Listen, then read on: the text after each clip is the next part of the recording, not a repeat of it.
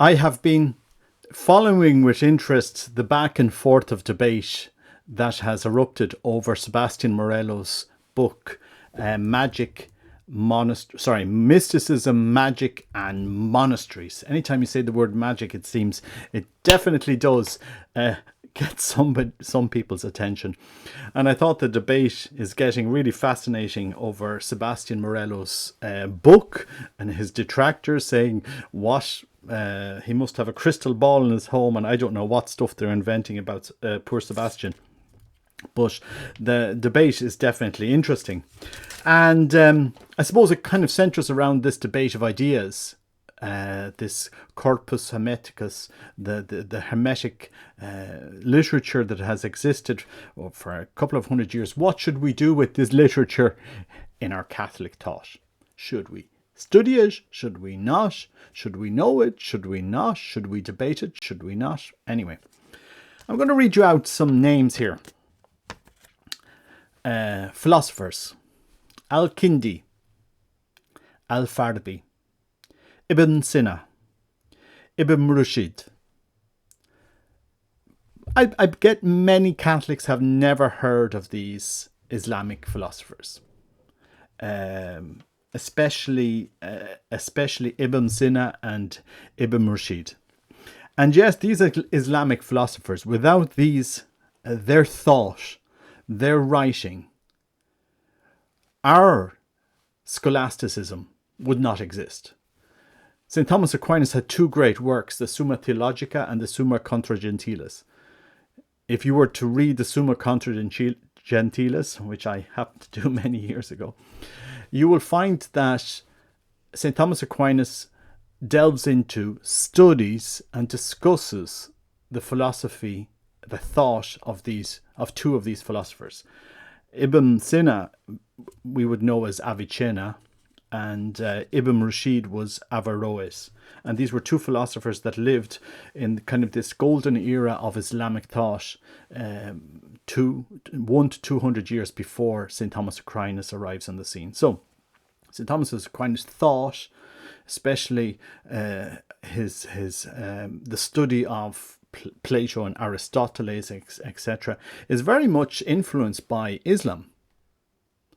In fact, I dare to say our scholasticism, as we know it today, would not have existed without Islamic philosophers, especially Avicenna and Averroes, or their influence. The product that we have today, let's say, would not have existed, especially Summa Contra Gentiles would not have existed without this. And our whole philosophic and Catholic school and thought, etc., would be vastly different without these philosophers. Now, to study Avicenna and Averroes is not to say that we're going to go off and practice Islam. But Islam, that religion, their religion certainly did influence how they lived, how they studied, etc., etc. And I think we're living in a very reductionist world now in our thought, in our discussions and so forth, to say, oh no, look, we cannot study certain figures. I find it very sad to see the debate where, people are reduced to slogans, name calling and so forth because of their path to Catholicism. Like Roger Buck, who wrote The Gentle Traditionalist, who was converted because of Valentin Tomberg. Because of this book, Roger Buck converted to Catholicism. And yet we seem to say to poor Roger Buck, who is a beloved friend, a fervent Catholic, look, you don't have a voice in our Catholic Church because your path to Catholicism was unconventional, out of the New Age and into Catholicism. The last time I visited Roger, I didn't see any crystal ball in his house, etc., etc. No practicing the occult. And the reality is, this world is struggling for truth. Many people are looking for it in different locations and so forth. But we need to be able to challenge ourselves intellectually to ask, well, what is the truth? Especially as Catholics, we're so intellectually poorly formed these days. To such an extent, we have no idea of our rich history, a rich intellectual history in the church, and how it has been formed and shaped by different thought systems and philosophies that, we would say, well, why would we study Islamic thought? Well, it's very important because Islamic thought, Islamic philosophy, heavily influenced Catholic thought, Catholic philosophy, etc., etc. If you ever go to university, you will hear about these terms, ente et essentia, being an essence, and so forth, Latin terms, and how they are explained out by different philosophers and so forth, the metaphysics and ontological reality of being and so forth. I mean, it's beautiful to think about it, but we have to be able to capture minds and hearts today for Christ, the Logos, the Word made flesh. Last Saturday, I was meeting with Terry Quinn, a great evangelist, and we were just discussing the Gospel of Saint John, and he said to me, "And the Gospel of Saint John begins in heaven." And I said, "Oh yeah, I never thought about that. It's like it's the most obvious thing. Yeah, the other Gospels don't, but John begins, in the beginning was the Word, and the Word was with God." In the gospel that begins in heaven, this Word that becomes incarnate to come to give us the Word. I mean, science and reason, science and religion, philosophy and religion aren't in opposition. Sometimes what we see in this world reflects a truth that we can reflect on. That's why it's fascinating to study Hermeticism, but in the light of studying philosophical thought, because there are truths there.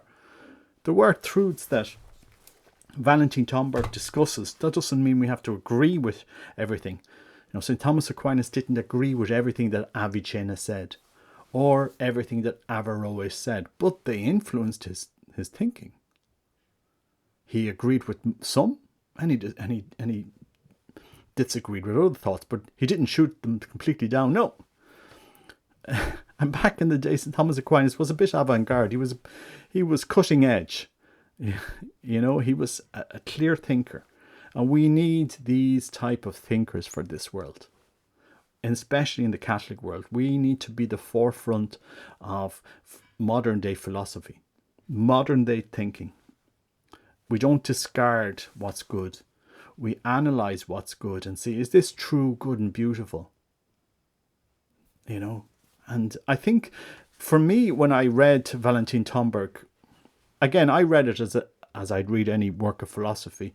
I said, what can I take out of this that is true, good and beautiful? This book has converted many Catholics. Not just Roger Buck, but many have come to the faith through the work of Valentin Tomberg. Because Valentin Tomberg looks at reality and said, well, what is here that is true, good and beautiful? And of all of the theosophical and different movements that Valentin Tomberg was in, what was the one that he was attracted to?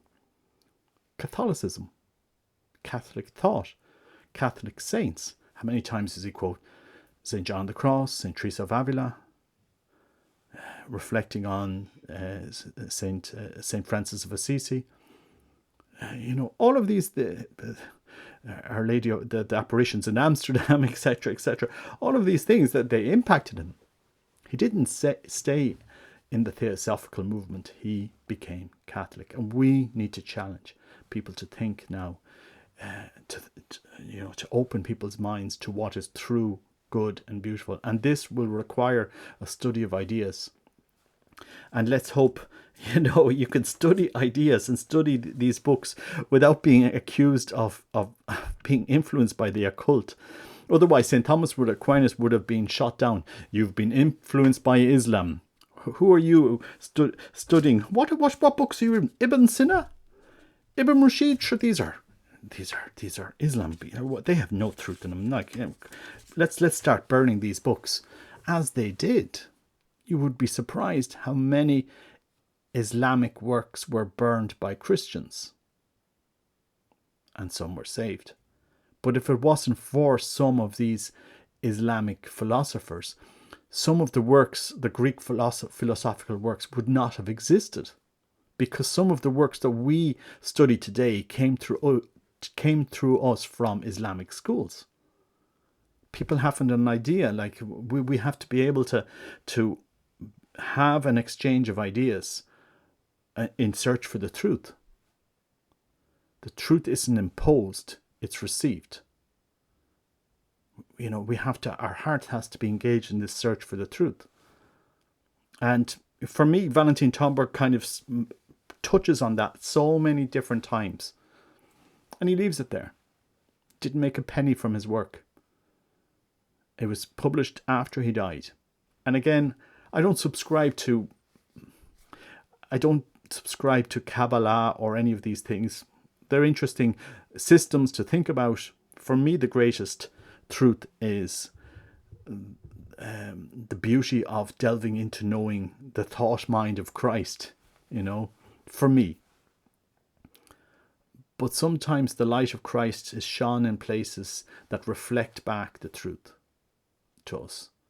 And, as I said, we wouldn't disregard everything that Plato says or Aristotle says or other Greek philosophers or other thinkers or the Islamic philosophers,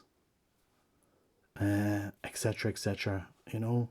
We have such a wealth and beauty of these different thinkers, and yet we live in this generation of TikTok, fast videos and knowledge.